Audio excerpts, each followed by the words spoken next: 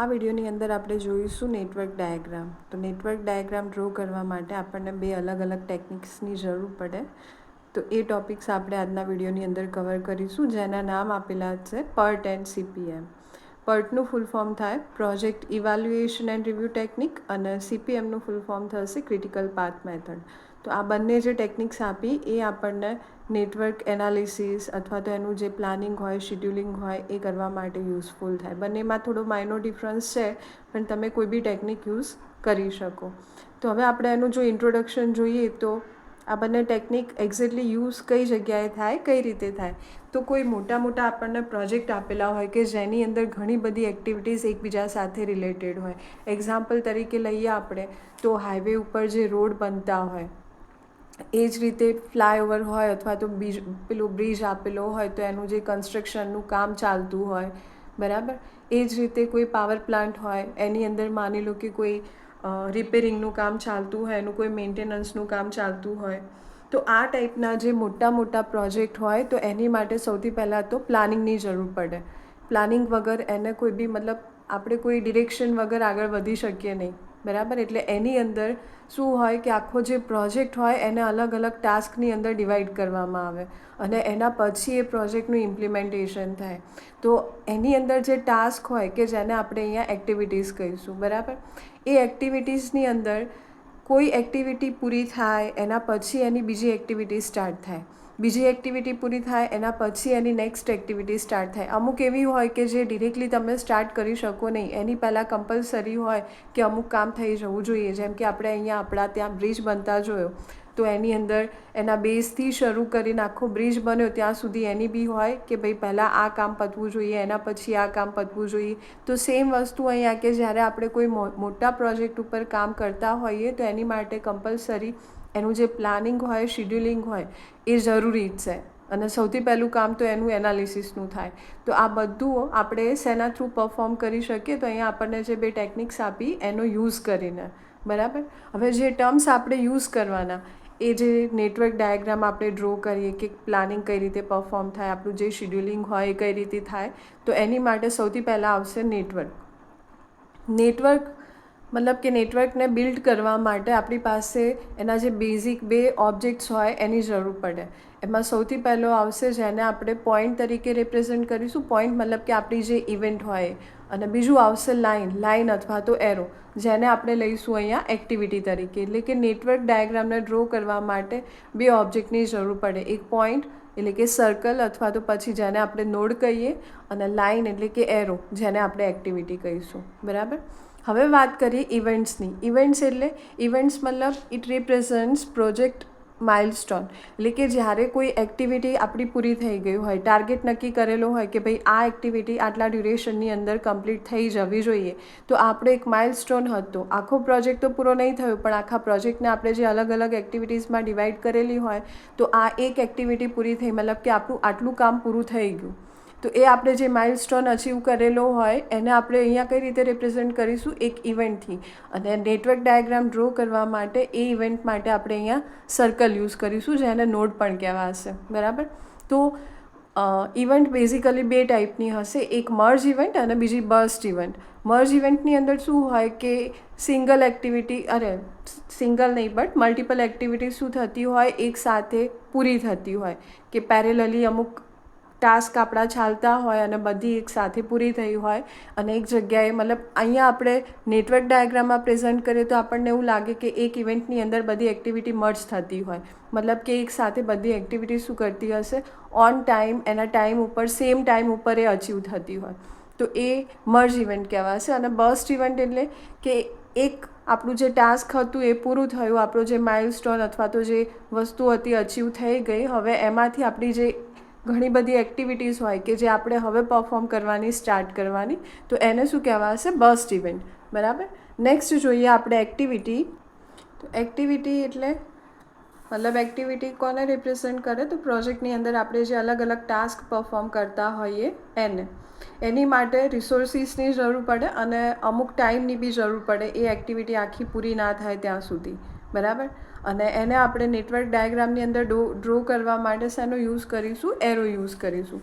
તો અહીંયા આપણે લીધી બે ઇવેન્ટ્સ, એટલે કે એક ઇવેન્ટ આપણું એક ટાસ્ક આની પહેલાં પૂરું થઈ ગયું હશે, એટલે કે આપણું જે માઇલસ્ટોન હતો, જે અચીવમેન્ટ હતું એ પૂરું થઈ ગયું એક એક્ટિવિટીનું.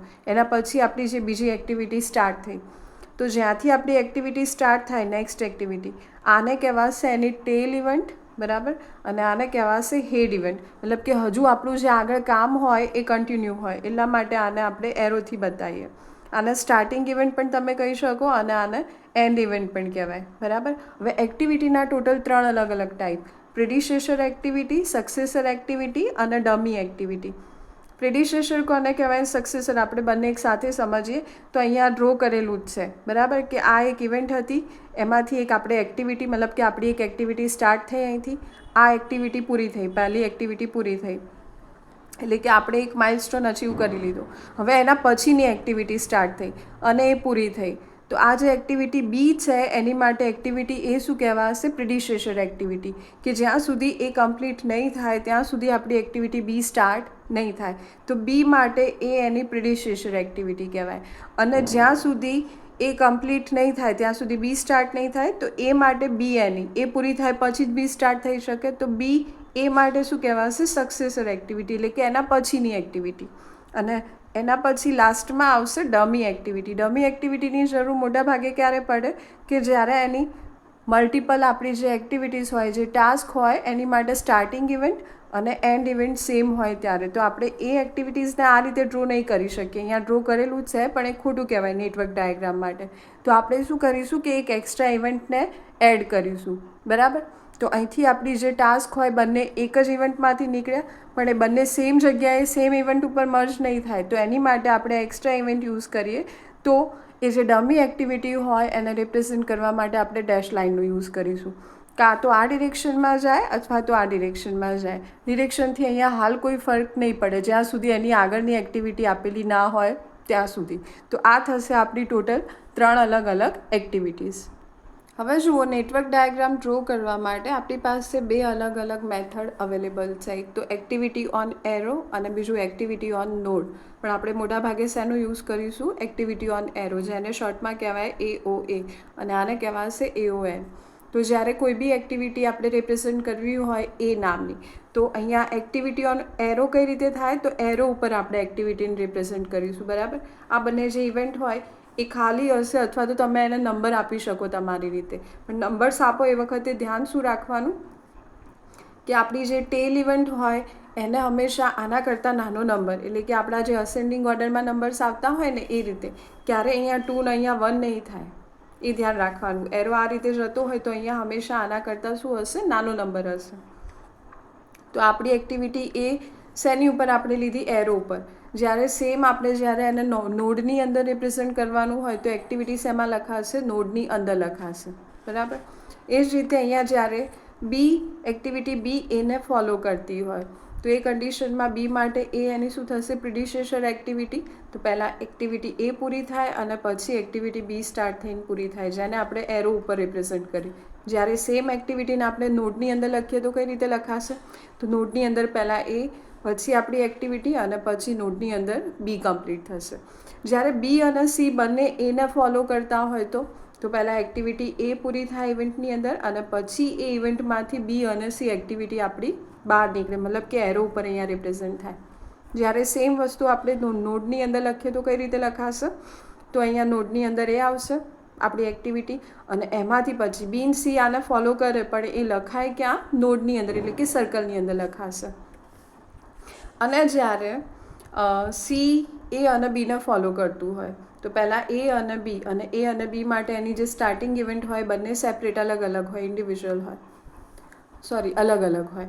તો એ અને બી માટે આ સી શું થશે, મતલબ કે સી માટે એ અને બી બંને પ્રિડિસેસર એક્ટિવિટી થાય અને સી એ અને બીની શું થશે, સક્સેસર એક્ટિવિટી. અહીંયા આપણે એને શેની ઉપર રિપ્રેઝેન્ટ કર્યું, એરો ઉપર. જ્યારે અહીંયા નોડની અંદર લખાશે કે બંને એ અને બી એક્ટિવિટી બંને નોડની અંદર, એ બંને ક્યાં મર્જ થાય, આ જે સી આપ્યું એક્ટિવિટી સી પણ નોડની અંદર, તો એની અંદર. તો હવે આપણે એક નેટવર્ક ડાયાગ્રામ ડ્રો કરીએ. તો જો ડાયાગ્રામ ડ્રો કરતી વખતે આપણે ધ્યાન રાખીશું કે બને ત્યાં સુધી પેન્સિલનો યુઝ કરવાનો, કારણ કે પહેલી વખતમાં આખી આપણી જે નેટવર્ક ડાયાગ્રામ હોય એ ઇઝીલી આપણને મળી જાય એવું જરૂરી નથી. ઘણી વખત કેવું હોય કે એક્ટિવિટીનો પાથ ચેન્જ કરવો પડે, એની ડિરેક્શન બદલવી પડે. તો પેન્સિલથી ડ્રો કરેલું હોય તો તમે ઇઝીલી ઇરેઝ કરી શકો. બોલપેનથી શું થાય, બહુ ચેક થાય તો ખરાબ લાગે. તો હવે આપણે નેટવર્ક ડાયાગ્રામ ડ્રો કરીએ. તો અહીંયા જુઓ, આપણને આપી એક્ટિવિટી અને આ આપી પ્રિડિસેસર, એટલે કે આ એક્ટિવિટી આપણે સ્ટાર્ટ કરીએ એની આગળની એક્ટિવિટી, એટલે કે આ પહેલાં પૂરી થઈ ગઈ હોય એના પછી જ આ સ્ટાર્ટ થાય. એક્ટિવિટી હંમેશા તમને આ રીતે સિક્વન્સમાં આપેલી હશે બધી, બરાબર. જ્યારે પ્રિડિસેસર એક્ટિવિટી હોય એક અથવા એક કરતાં વધારે આ રીતે આપેલી હોય ઘણી વખત. તો આપણે શરૂ કરીએ. હવે જરૂરી નથી કે નેટવર્ક ડાયાગ્રામ ડ્રો કરતી વખત તમારા બધું સિક્વન્સમાં જ ચેક કરવું, બરાબર. તમે એને આગળ પાછળ પણ મતલબ જોઈને એક સાથે ચેક કરી શકો કે આ કઈ રીતે આપણી જે રિક્વાયરમેન્ટ હોય એ પ્રમાણે સેટ થાય. તો જુઓ, એ માટે ડેશ મતલબ કે એ માટે કોઈ પ્રિડિસેસર એક્ટિવિટી છે નહીં. એ જે બી ઇવેન્ટમાંથી સ્ટાર્ટ થાય કેવી સ્ટાર્ટ થશે ડાયરેક્ટ. અને અહીંયા આપણે જે નેટવર્ક ડાયાગ્રામ ડ્રો કરીએ એ arrow on network, activity on arrow નોડની અંદર આપણે એને રિપ્રેઝન્ટ નહીં કરીએ. એક્ટિવિટીને ક્યાં રિપ્રેઝન્ટ કરીશું, આપણું જે એરો ડ્રો કરીએ એની ઉપર.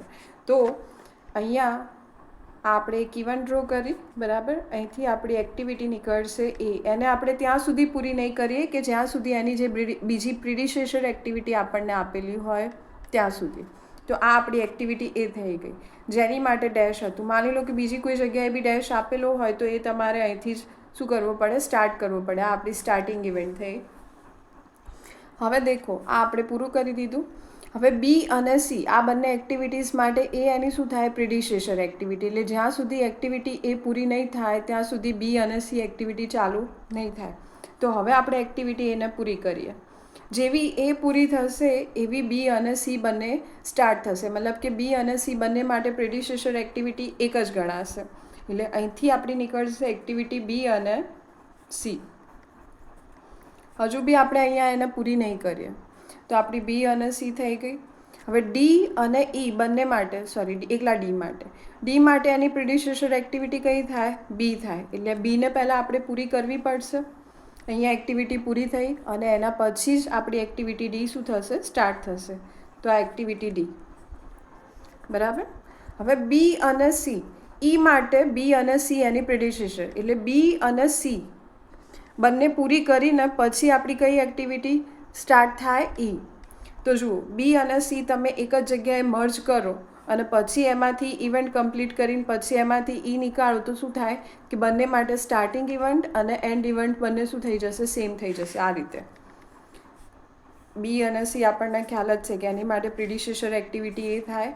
એટલે અહીંયા બી અને સી, અને પાછું અહીંયા શું કીધું કે બી અને સીમાંથી, તો તમે આ રીતે બંનેને મર્જ કરી દો તો શું થયું, બંનેની સ્ટાર્ટ ઇવેન્ટ અને એન્ડ ઇવેન્ટ બંને સેમ થઈ ગઈ, બરાબર. તો આ આપણી કઈ ટાઈપની થઈ, ડમી એક્ટિવિટી. તો અહીંયા આપણે ડમી એક્ટિવિટીની જરૂર પડે. એટલે અહીંયા આપણે શું કરીશું, એક એક્સ્ટ્રા ઇવેન્ટ એડ કરી દઈએ અને અહીંથી બી અને સી મર્જ કરીએ. અહીંયા નહીં જાય એરો, કારણ કે આ શું છે, ડી માટે પ્રિડિસેસર ખાલી બી છે. જો તમે અહીંથી એરો લઈ જાઓ તો ડી માટે પ્રિડિસેસર બી અને સી બંને થઈ જાય. અહીંથી તમે જો આ એરો અહીંયા ડ્રો કરી દો, એનો મતલબ કે બી અને સી બંને અહીંયા મર્જ થાય, એમાંથી ડી નીકળે. પણ ડી માટે શું છે, ખાલી એકલી બી પ્રિડિસેસર, બરાબર. ડી માટે બી એકલી પ્રિડિસેસર એક્ટિવિટી. એટલે ડીને આપણે આ રીતે રાખીએ અને બી અને સીને અહીંયા મર્જ કરીએ. આ ડમી એક્ટિવિટી થઈ. અને બી અને સીમાંથી હવે આપણી કઈ એક્ટિવિટી થશે, સ્ટાર્ટ ઈ. એટલે અહીંથી આવશે ઈ. આ પતી ગઈ. હવે એફ માટે એની પ્રિડિસેસર એક્ટિવિટી ઈ થાય. એટલે ઈને આપણે પૂરી કરીએ પછી આપણી એક્ટિવિટી એફ શું થશે, સ્ટાર્ટ થશે. પૂરી થઈ ગઈ. હવે ડી અને એફ એ જી માટે પ્રિડિસેસર એક્ટિવિટી થાય. એટલે ડી અને એફને આપણે એક જગ્યાએ મર્જ કરીશું અને એમાંથી શું થશે, જી. હવે ત્યાં ડમીની જરૂર નહીં પડે, કારણ કે એફ માટે સ્ટાર્ટિંગ ઇવેન્ટ અલગ થાય અને ડી માટે એની સ્ટાર્ટિંગ ઇવેન્ટ અલગ થાય. આમાં તો શું હતું કે બંને માટે પ્રિડિસેસર એક્ટિવિટી સેમ, મતલબ કે પ્રિડિસેસર તો ભલે સેમ રહી પણ આ જે ઇવેન્ટ હતી એ સેમ હતી. એકમાંથી બંને નીકળતા હતા સ્ટાર્ટિંગ ઇવેન્ટ અને એકની અંદર મર્જ થતા હતા. એટલા માટે અહીંયા આપણે ડમીનો યુઝ કર્યો. અહીંયા ડમીની જરૂર નહીં પડે. અને ધ્યાન રાખવાનું કે એક્ટિવિટી ક્યારે આ રીતે એકબીજાને ક્રોસ નહીં કરે, આ રીતે. એટલે તમારે એને ડ્રો એ રીતે કરવાનું કે બધું એક જ સાઈડમાંથી જતું હોય. તો અહીંયા આપણે હવે ડી અને એફને મર્જ કરીએ અને એમાંથી કઈ એક્ટિવિટી નીકળશે? જી. તો આને થોડું લાંબુ કરી દઈએ. આપણી એક્ટિવિટી ડી અને આ એફ. અહીંયા વચ્ચે તમને એવું લાગે કંઈથી બેન્ડ થઈ ગયું તો અહીંયા ઇવેન્ટ એડ કરીએ તો એ રીતે ઇવેન્ટ એડ નહીં થાય. કોઈ બી એરો તમે ડ્રો કરો ને તો એરો ઉપર ઓલવેઝ સિંગલ એક્ટિવિટી હોય, એક જ એક્ટિવિટી પરફોર્મ થાય. અને કોઈ બ્લેન્ક એવી લાઇન, કોઈ એરો તમે ડ્રો નહીં કરી શકો. જ્યાં બી તમને એરો આપેલો હોય નેટવર્ક ડાયાગ્રામમાં ત્યાં કમ્પલસરી કોઈ ને કોઈ એક્ટિવિટી હોવી જોઈએ, એ સિવાય કે ડમી. કારણ કે ડમી એક્ટિવિટી કોઈ રિસોર્સ અથવા તો ટાઈમ કન્ઝ્યુમ કરતી નથી, એટલે ત્યાં આપણે કોઈ નામ નહીં લખેલું હોય. બાકી એના સિવાય તમે કોઈ પણ એરો ડ્રો કરેલો હોય તો કમ્પલસરી એની ઉપર હંમેશા એક્ટિવિટીનું નામ આપેલું હશે. તો આપણી ડી અને એફ એ બંને મર્જ થઈ ગઈ અને એમાંથી કઈ એક્ટિવિટી નીકળશે? જી. આ જી. અને જી કોની માટે પ્રિડિસેસર થાય? એચ માટે. એટલે જીને આપણે અહીંયા પૂરી કરીએ અને એમાંથી એક્ટિવિટી એચ સ્ટાર્ટ કરીએ. હવે જ્યારે એક્ટિવિટી એચ, હવે આગળ કશું જ છે નહીં, તો હંમેશા કોઈ બી એવી, માની લો કે ક્યાંયથી અલગથી એક્ટિવિટી હોય તો છેલ્લે એને કોઈ ઇવેન્ટ પર મર્જ કરવી કમ્પલસરી છે. એની માટે તમે કોઈ સેપરેટ ઇવેન્ટ નહીં લઈ શકો. હંમેશા બધી જેટલી ખુલ્લી એક્ટિવિટીઝ હશે કે જ્યાં એની કોઈ નેક્સ્ટ એક્ટિવિટી સક્સેસર નહીં હોય, એ બધી એક જ ઇવેન્ટ ઉપર શું થતી હશે? મર્જ થતી હશે. બરાબર? ખ્યાલ ના આવે તો વાંધો નહીં, હજુ આપણે નેટવર્ક ડાયાગ્રામ માટે ઘણા બધા એક્ઝામ્પલ જોઈશું, એટલે ધીરે ધીરે ડ્રો કરી એટલે તમને બરાબર ખ્યાલ, આઈડિયા આવી જશે. તો આ આપણો ફર્સ્ટ નેટવર્ક ડાયાગ્રામ હતો. બરાબર? તો આ રીતે આપણો નેટવર્ક ડાયાગ્રામ શું થાય? ડ્રો થાય.